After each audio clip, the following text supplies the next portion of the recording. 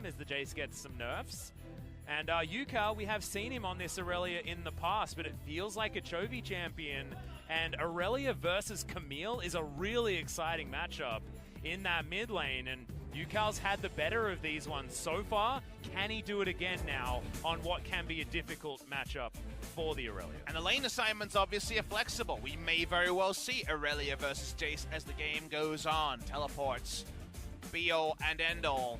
Griffin go and fall back to something more standard with the Jace. And a lot of the things they chose in their game #1 draft. Over the side of Afrika Freaks, shenanigans have been enacted. A lot of different things going on here. Keen wants to gather some storm in the top side and spread it to a team fight. The team fight starts with a kick. It could go to some real knock-up parties. They have a lot of different ways to open up aiming, popping off, but there's no guaranteed 3 items for AD carry Yasuo by any means. And also, Keen's going to have a rough time as well if Griffin can get things going in the early stages of the game. They haven't been able to do that, though, in their last few games. Let's see whether Game 3 is going to be any different.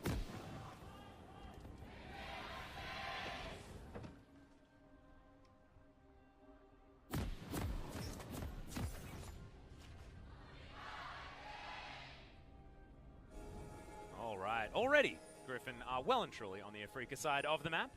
Aiming and Senin made it to the safety of their turret.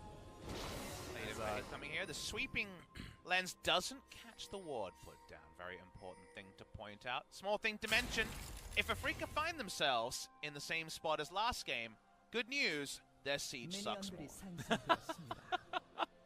Yeah, it does. Let's just not have an AD carry. Sounds way better. However, they do have a lot more engage options. Your hope would be that they just all press their R buttons and turret dive, right? Yeah. That's the theory. However, we hoped that last time, and that was also difficult. Vertical jungling going to come through one more time, as the blue buff on the Afrika side of the map is going to be where Tarzan takes his trip. It's going to be a hookshot start here from Chovy, as Yukal is going to discover that and take a fair bit of damage. This combination on the bottom side just feels awful if you're against it. I mean, I hate Sona Ezreal, but Lux Ezreal sounds even worse. As Amy's going to get light-bound, Tarzan's going to make his way down as well. Senin's very squishy, Amy even squishy, has to flash. There we go, but Viper's going to trade his life. It's a 1-for-1, and I don't even really know who wins, as they both have teleport. They'll be both back down there instantly, just with more gold. And Dread wants to kill some piggies. Oh, misses the blast cone, which is a problem. Senin moves on up, though, as this Gromp, is it worth it? You're going to get the stuns down the queue. Is it actually going to land here? Have to wait out the aftershock. Is going to. Dread, good sidestep on that light binding, wants the next Q. Oh, we're going in deep. deep. He actually find it, does so, as the piggy's going to go down, but now Sword comes in. Yukal doesn't get the Q. The safeguard's great, but it's not enough, as Lahens is very low. Double kill for the Ezreal. Is this game just going to be over before it even starts? I mean, if this was a scrim, we would consider remaking, because a lot of things happened. There was even a Vladimir teleport at the end. I mean, there's a 300 gold bounty on Viper at 2.5 minutes. Yeah, it's because he has 1,100 gold more than the enemy AD carry. And the enemy AD carry is Yasuo. I was going to say, who is the enemy AD carry? The minion wave. There was so much peace in the top lane. Did you notice that? Yeah, it was beautiful. I really wish Yasuo was playing his whistle. Yeah. Or his fiddle, whatever. So this lane, the flute, there you go. This lane actually, at some point, Winwall gets Bazinga value against Lux Ezreal because they're all long-range skill shots. However, you don't have the Winwall at level 1. And so at level 1, they just ran them down, which was very well played. It was a good counter kill, though, and that meant that Ezreal was dead. From there, though, I believe it's hard to tell whether the aftershock was waited out or not. It definitely was attempted to, and I don't think it was, like you mentioned. But as the chase goes on, the TP is early from the Jace, and he actually ends up getting involved. The TP from the Vladimir left a bit to be desired. Yeah, and also Yukal's stun could have been on 2 people, but instead it was on 0 let's people. fight again. So yeah, we're fighting one more time. Viper, that's a big bounty. Can they actually grab it? Nope. Arcane shift out of the way. Ezreal, I mean, he doesn't have a flash, but he still has an E, guys. Well, you guys want an action, baby. 5 kills in 4 minutes, and we're close to more. Yeah. Sword was actually looking for that solo into Keen as well. Keen does have the cloth armor as he goes back, but he's actually behind, of course, as you'd expect from the Vladimir versus the Jace here in these early levels. Cute little transfusion onto some Krugs. Bad news, Viper's at 6 hours already. Oh god, how did he do it? He bought a lot of cheaper ones. He also got so much gold. He has a 600 bounty in the old system, by the way. Remember? Yeah. You can't really go too high in the bounties. Chovy getting some value out of that shield as Dread paying some attention into this mid lane. Somehow Camille versus Aurelia, the camera has never been on this matchup. Even though it should be a huge PogChamp matchup between two playmaking solo laners. We've seen this matchup many, many times in the top lane, we're in the mid lane now. And that changes the dynamic a lot. It does. As we can see, bottom side of the map, aiming is actually doing well when it comes to the CS, now that everything has settled down. Viper still has way more money, though. It's another game of Doran Ring Vladimir. I actually talked to some Vladimir players after yesterday, because, you know, we talked about it. We're like, yep, curious, yeah. Double scaling on health and ability power. You get 2 potions from it rather than the single potion from the Doran shield. So I think there's some matchups where it makes sense. Against Jace is a surprising one, just because you would get so much refresh on the Doran shield passive that it does feel like a weird time to go it. Yeah. But the big thing people are telling me is if you're not going Doran shield, because of the Dark Seal sellback nerf, where you get so much less money when you sell the item, and you know you're not just popping off with Magi's, etc., the Doran's Ring and the 2 potions actually put it in a really interesting middle spot, and that's why we might actually see more and more of Doran's Ring Black. Which feels really bad. I just hate wasted stats, Pop Speed. No, I'm right there with you. I definitely feel triggered about it, but I understand it more. Yeah, no, I get it now. I get it now. And actually, I saw a tweet after that, to that sort of effect, as Yukao comes in and gets boxed by Chovy's second shot of the E. Dread is on a ward. He is. And that's a pretty smart one there, so Chovy's not going to be going overly aggressive here onto Yukao. Also 10 CS ahead. The lane spot here is terrible for Aurelia. Both these champions in the mid lane want to punish with the wave frozen outside their turret. We talked about it with Aurelia for so many matches. When there's 2 of them, it's always such a fun minigame of, if the mini wave ever gets here, of course the enemy jungler is camping around. Yukao stacking up that passive, now has inside track as Chovy has chased him down. Tarzan in a little bit of trouble as Dread navigating around the skill shots of the Sejuani. Hextech Ultimatum comes in, Lucent Singularity gets a lot of value there as well. No one dying just yet. And instantly, 2 people go down. Double kill now for Yukao. Can he make it a triple? Viper has to flash. That's a triple kill. Huge shutdown and a gigantic Aurelia for the Afrika Freaks. Yeah, Afrika's out of nowhere. They're fighting the top side at the same time. Our cameramen are losing their mind. Yep, Crimson Rush there for Keen. He's going to save his life against the Sword, who's just ran out of mana. He needs a Doran's Ring as well, Papa Smithy, as this game is exploding. And that's a lot of gold to go in the pocket of the Aurelia. Remember, shutdown. That's a trade of shutdown golds, Papa Smithy. Oh, boy. Yep, we've now got another 3-0-0, and this time it's on the other side of the rift. The new meta has approached us. Yeah. It's like you wanted, right, everybody? Yeah, you've all heard of win trading. What about bounty trading? I'm just up for action, Atlas. Well, Keen is also up for killing Sword as Tarzan comes in. Great timing. Crimson Rush isn't going to be there. The flash after him, but Sword's not going to have any of it. Finds the auto and Griffin win top side. Q cooldown not available. Probably a sliver of cooldown left. So close. He had to flash into that brush, but just didn't get the click off in time. And when you die in that spot, TP is almost up, but almost, remember, is still a pretty long cooldown. This is probably going to be turret plates top side. Yep.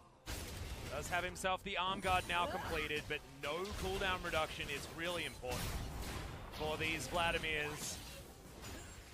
This game is just going back and forth so often. As you can see, Yukao, he's desperate to try and share his gold lead across the map. Still behind by a little bit there in the mid lane, so we have a look at this one more time. So, importantly, Chovy actually misses hook shot, and that's why Yukao even gets to the fight when he does.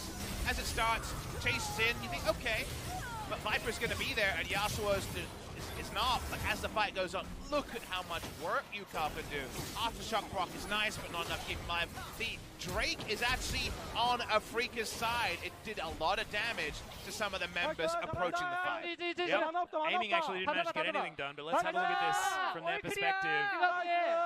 World class. That's a great translation. Thank you very much, G-Sun, for that. Well, it's great to see Yukal with that confidence. We Well, were talking about it before. Chovy can't be a world-class player. He's never been to Worlds. Nope. And Yukal has. He lost to Invictus Gaming in the semi-final. Yukal now has triple Doran's Blade.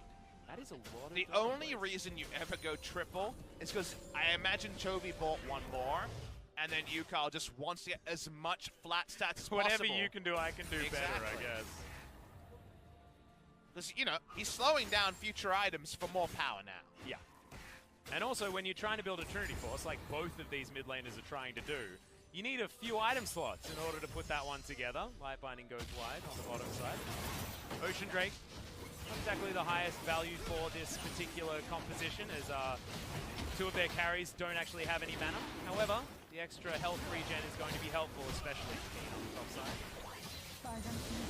I'm just appreciating how everyone in this game has ultra mobility, or in the dredge line for mobility, and then there's Lux. He's going to be watching and staying away as much as possible, but otherwise the amount of trading places and creative dives and wombo combos, we still haven't seen a Last Breath combo, Atlas. Nope, I don't even think aiming has been on the screen when he's level 6 just yet. So I don't even know if aiming's been on the screen in something approaching Hey, a no, line. he windwalled Drake attacks. That's true. He did, we saw that. That is true. That was cool. That was really cool. Dread, no sword doesn't have his flash, so was thinking about a Rek'Sai tunnel pathing kick onto the Jace. Gonna go the more defensive way out. Yeah, Control Ward's gonna come down, but knows that Jungler and mid lane are on their way up. Tarzan nicking over this wall. Shoes on the other foot now. Now Tarzan's the one doing a bit of counter jungle in the same matchup. Yeah. Jace has priority. Camille left first. Back in the mid lane now, but Dread has to be a lot more careful as the early levels have been kinder to Tarzan in spite of his 2 deaths. Well, now we've got the stun actually coming in here onto Chovy. Hookshot comes down, actually uses it to try and escape, dodges the ultimate. Really, really nicely as Tarzan turns up first, but Dread not far behind. Yukal gets stunned for a lot of time as the ultimate does eventually go wide. Yakety Sax, cue it up again, Papa Smithy, as this is a weird and wonderful fight that no one's going to win. KR 2v2 in the mid lane, Atlas. It means something different now. It does. Where are we? Okay, Back we're in the looking mid lane, for one baby. more. Okay, Winter's Wrath comes in. Tarzan could be the target. Doesn't have the Aftershock. And that is going to be a dead piggy. Teleport in from Sword, followed by Keen. But Keen's running away. Everyone's dead. This game's a disaster. All right, that's a light binding straight into a wind wall. Lehen's just learnt the interaction between those two abilities and doesn't feel great about it. This game is a fun palate cleanser, Atlas, after game 1 and 2, a lot more drawn out. Game 2 especially is being turned around in this one. Viper walked up to help. Lux decided she was going to hold a minion wave. All she can do is hand over some more gold. Importantly, though, aiming still doesn't get involved on the kill score. Nope, does have a couple of assists, so it shows that he was there during some of these fights. This game, A lot of limit testing this game. That's true. Limit breaks. It's Final Fantasy, League of Legends style. No, limit break is when I get really annoyed about a I don't team know. I not feel being like able we're to finish the almost game. there. We're almost there. We've almost charged up the limit break. There's 2 ways you can address games like this. You can smile, you can not smile. Here's the full replay of how it started. This is earlier when the stasis was taken out of the Lux. One of the reasons why the future kill worked. Let's see this fun move in the mid lane where very good timing on the Hextech ultimate stopped this from being an earlier kill because Yukal had a few full stacks on the passive from the start. The miss was pretty comical. Yeah. We have to just censor the rest. very good timing sort of stops at that point. Yeah, I called the observers. I said let's censor the rest. Yeah. No. Cut video. Cut video. Our good friend Donkey certainly showed us that cut the video is something that you need to really get used to when you're creating highlights. Viper has cashed in his call, now has Iceborne Gold, so the all-in onto him doesn't work. If they're able to win wall the light binding, then any Q or any knock-up onto Lux, she'll be instantly dead. She can only proc the aftershock if she hits light binding. All right, Yukal's about everywhere on this map. As once again, that trade is going to happen. Yukal's trying to keep himself alive, flashes out of the way, loses singularity. Not going to pop for very much damage as an ultimate is going to land now from Tarzan. Flash in from Sword, but immediately he's going to be kicked back as Viper gets 2 kills. He's untouched. Keen doesn't have another pull, but gets at least underneath his turret. Griffin firmly take victory in that last fight, and it might be too much here for the Afrika Freaks. Griffin are starting fights on their terms. They're looking for more. Yeah, Keen has to flash. Doesn't have the pullback available just yet. 14 minutes just ticked over. A lot of turret plates going wanting as they just fell down. No defense for this outer turret. That's the first one going over to Griffin. The fans of action not going wanting this game. Oh, no. Consistent action. The what are we fighting for question no one is ever going to mention. That's the elephant in the room. We're not talking about elephants. No one said elephant. Oh, get in there, Dread. Come on, mate. It's the game for it. He thought about it. He should have just done it. That was the theme. In many games that'd be Lee Syndrome. In this game, it would be 14. With the game with so much action, we had one turret plate for both teams. That's it. Why would you fight about turrets? Oh, that's true. You want to kill people. As that was the attempt in the mid lane as the play happened again. This time, some skill shots hit. That one didn't, but the most important one was the Sejuani ultimate. Yasuo tries to join with a teleport and flows in, but that's such an important Sejuani ultimate. Doesn't go wide, doesn't go begging. And Griffin just able to start the fight, and the combo ultimates never started. The Hemo plays after the Yasuo is dead, the Yasuo ult 2 is death. This one, all Griffin, after some much more even fights earlier. And also Griffin get everything else as well, as the next Drake is going to be that Infernal, and they're able to get inside track onto it. Do you reckon that might provoke a fight? Well, not this time. Surprisingly enough. The smart money would be on yes. As, okay. No Fnatic rush here for the Afrika Freaks. Wave clear available for aiming.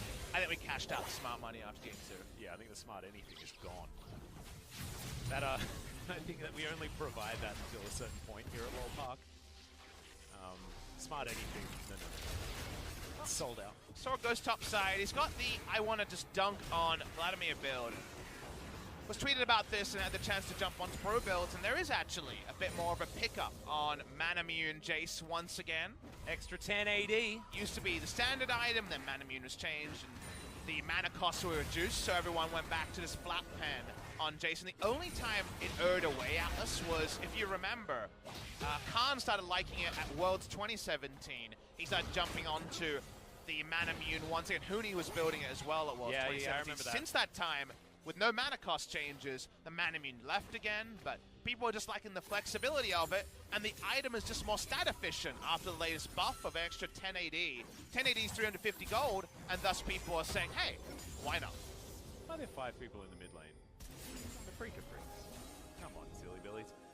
16 minutes, we're close to Shelly making her way out of the rift.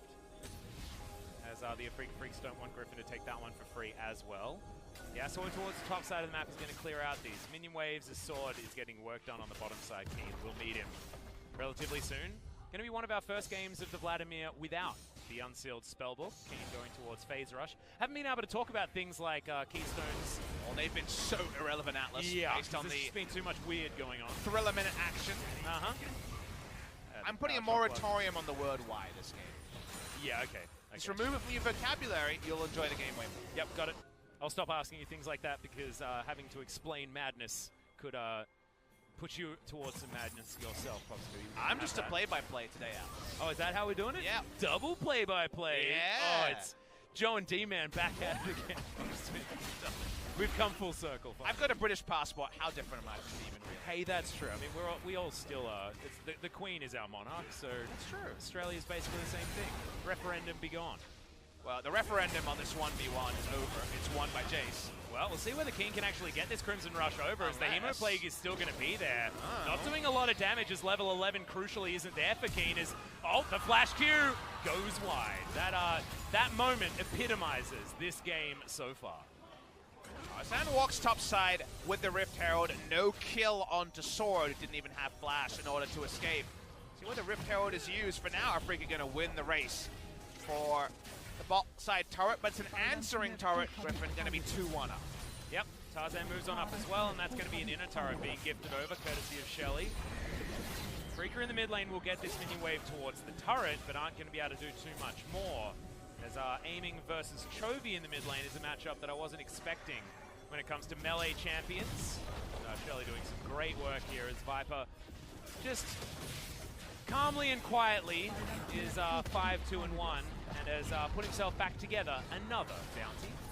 Nice trade-up. Really nice trade-up moment from Griffin. Whenever you see a Yasuo comp like this, you know they're always going to be grouped in clumps for the majority of the mid-game. The moment they're like, oh, we could fight. is when the Yasuo comp is going to start clumping, and we saw already earlier today the Gragas Yasuo comp just get rotated on easily. Yeah. In game number 2 of our first series, so taking that to heart, Griffin just able to open up the map, use the fact that they already had a turret lead in order to get bonus objectives. Not going to be the easiest to translate the inner turret they have in top side into an inhibitor by any means, but it's more and more vision patrolling they can do in the red side jungle, with the Baron spawning in 25 seconds. Yep. Okay, so as we crest towards this mid-game, Griffin have themselves an Infernal Drake. They have a 4,000 gold lead. And the Afrika Freaks have Yasuo and Aurelia and a Dream at this point. Keen, not quite powered up just yet. His dash cannon is on the way. His Zhonya's is on the way, but he's thrift shopping with all of the items in his build thus far. If there's ever a player that's going to be playing Vladimir and can change a game, I mean, I feel like it's the Shy and Keen. Like, these are the type of players that can hard carry by themselves, but Keen hasn't proven himself in that league just yet. He didn't make it to Worlds, so it's hard to make that claim. Flash forward, gets a flash and answer. Did you, Cal? And lane assignments have changed, and we talked about how Aurelia hits a point where she can beat Jason the 1v1. That point is well and truly above us, but the trade of summoners and a turret going down, a tempo lead. The first turret, the first big action is still advantage Griffin, and it's still Afrika dealing with the consequences of that. Yeah. Yukal does have himself a BF sword though, so you can see with a Trinity Force and a BF sword, Yukal's able to do a lot of damage to these turrets, and the max range shock blasts aren't going to be enough to even get you any CS. Sword. Griffin will be able to go over and grab their second Cloud Drake. Moving up. Sorry, I believe that the first Cloud Drake? It is. It was just we had the icon a little bit too early. Teleport going to come in looking for double Yukal. TP. Trying to turn this one around. Doesn't get himself the stun though. I believe Blade Surge is on cooldown. And he's trapped in the cage, not quite able to get it out. So Yukal couldn't make his way out of that one, and Viper turns up. That's going to be too much. Keen trying to turn this one around. Viper in trouble, but Keen's 1 versus 4. He's not strong enough yet and can't get anything off the back end. Senin, just wrong place, wrong time. Everyone's dead. A little bit too late on the rotations for Afrika, and Aiming says, what are rotations? I'm going to try and take down a turret while the enemy team takes Baron. And the coordination difference between the two teams there was clear for everyone to see. Afrika weren't able to get there. Griffin's double teleport, guaranteed future kills, and now the Barons go falling low. They're turning on Senin. Will they finish the Baron at the same time? Yep, they certainly are. Senin's going to go gold, and a teleport is going to come in here as the Baron is extraordinarily low. Stays in smite range for an extraordinarily long time as Yukal teleported in, but he's probably going to die. Ultimate does fly forward, but this is no time to be a hero, my friend. You're going to lose your Guardian Angel for free, and your life for even freer. Turning into a bit of a mud wrestle, but it seems like Griffin are much more in their element than they were in the early parts of this game. They're the one with the piggy on their team, Papa Smithy. It makes perfect sense. The double TP here before a single teleport even started channeling, and then you're defensively double TPing after Yukal was already condemned to death. This was a very big difference in terms of synergies. Loved how Chovy played the fight. No escape route, even if a ward jump happened, because the hook shot was already camping onto a ward like he was Smev last year. Take him down, and now the gold lead is starting to get to pretty considerable leads for Griffin. And that's only going to extend as we've got 2.5 minutes on this Baron buff as well as Chovy. There is a potential trap lying in wait, but it's only going to be a 1 versus 2 scenario, and I don't know whether that's necessarily going to be a victory here without things like Ignite. Because he has that Ravenous Hydra, he has his stopwatch as well as the Trinity Force. And, Viper gets himself a wind wall very, very early, and we mentioned the fact that Afrika Freaks are going to have basically no siege, while their counter siege is about as abysmal as that. Only wind wall is relevant there, Atlas, I agree with you. It's going to be very hard to get anything going. The Baron buff, the death knell of a comp like Afrika, they only have an all-in option from 8,000 gold behind, and that already is fanciful. Keen's not strong enough for his Hemoplague to matter. He's 3 levels below Chovy. Yeah. And Chovy can even get himself a custom-made shield to help him in this matchup. For reference, he's 2 levels behind his previous opponent. Yep. Okay, well, they're going to try and defend this inner turret. They failed to defend the inner in the mid lane. Inner had already gone down, top side of the map as well, so it's going to be inhibitor turrets next. Thankfully for Afrika Freaks, they do have the top lane wave, but Keen doesn't have his Sanguine Bull, and that means they won't have this inner turret very much longer. Taken by Viper very, very easily. Much easier for Griffin to finish a game quickly compared to Afrika in the previous game, and especially Afrika this game. So Griffin just have a lot of threat that right now Afrika have no answer to. Do they go for a Yasuo Wombo? It's not even clear if Yasuo has a second completed item. I don't think you call it a Wombo when it's just them piling on top of Griffin to try and give them faster kills at this point. I feel like jumped on by 5 kittens, perhaps? Yeah, ganked by kittens. It sounds cool. Well, I've seen Yumi, so I'm not sure. Oh, that's Final Spark coming in. The ultimate's going to land on Descent, and they're looking for that one. The Jace, he's taken out, though, is Dread, and aiming and going to get that one done. Yukal, another ultimate just goes towards the heavens. I believe he's landed one so far this game. The inhibitor is going to get wiped out. They traded it for Sword's life, but Sword is a player that's happy to go down for the good of Griffin, and 2 inhibitors is well worth the price. And no options to fight front to back from Afrika. They're a burst comp, and all their burst, their Yasuo's attention was on a Jace, and no ability to turn from that, so they lose double inhibitor. 3 objectives around the map, and feels like the next push when they bring in minion waves will be the last for Afrika Freaks. Yeah, Viper's finished his Luden's Echo as well. Yep. Saw this build being played with further on. I feel like if anyone's going to go towards more AP builds for AD carries, it is just Viper. He just likes it. We have a look at this one yet again. Sword taken down very early, but the fight that happens on the other front is one that is all about Griffin. From there, Keen just still has no threat. He's still so far behind. Multiple levels behind his lane opponents. So unfortunately, no bark behind the bite. The Infinity Edge is done for aiming, but he needs a dive buddy. I just don't think Keen represents that yet in this particular game. With the Ezreal point, after the removal of double tier, the Luke is always prophesized as one of the replacement 45% CDR options. I still think it's really good. You can go Gunblade in order to have that really hybrid build going. Merc Scimitar for now is kind of a lockout item from Viper's perspective in order to just end the game on a very near future push. Yeah, we often see the Gunblade being completed before something like the Ludens. That is generally the third item that a lot of these more AP-focused Ezreals like to go with. Now, LCK Ezreals are generally Blade of the Realm King fans, but not Viper. Aiming misses a Q on a stationary minion, which might tell the tale of how Afrika are playing this game. As Dread looks for the flash and misses yet again on the Q. As he's not even in safeguard range of his teammates. Finally gets there as Chovy. Hextech Ultimatum gets him right in on top of aiming. He loses so much of his health bar, and Jace is enough to finish it off. Yukal trying to dive into the backline as Viper is able to get himself out of the way. Senin trying to get towards his Nexus turret. He can't do anything. Keen is now just straight up dead, even though he goes golden before that eventuality actually happens. The ace is swift, and Griffin put the last nail in the coffin of the Afrika Freaks. It's a 2-1 victory, but it's a real weird and wonderful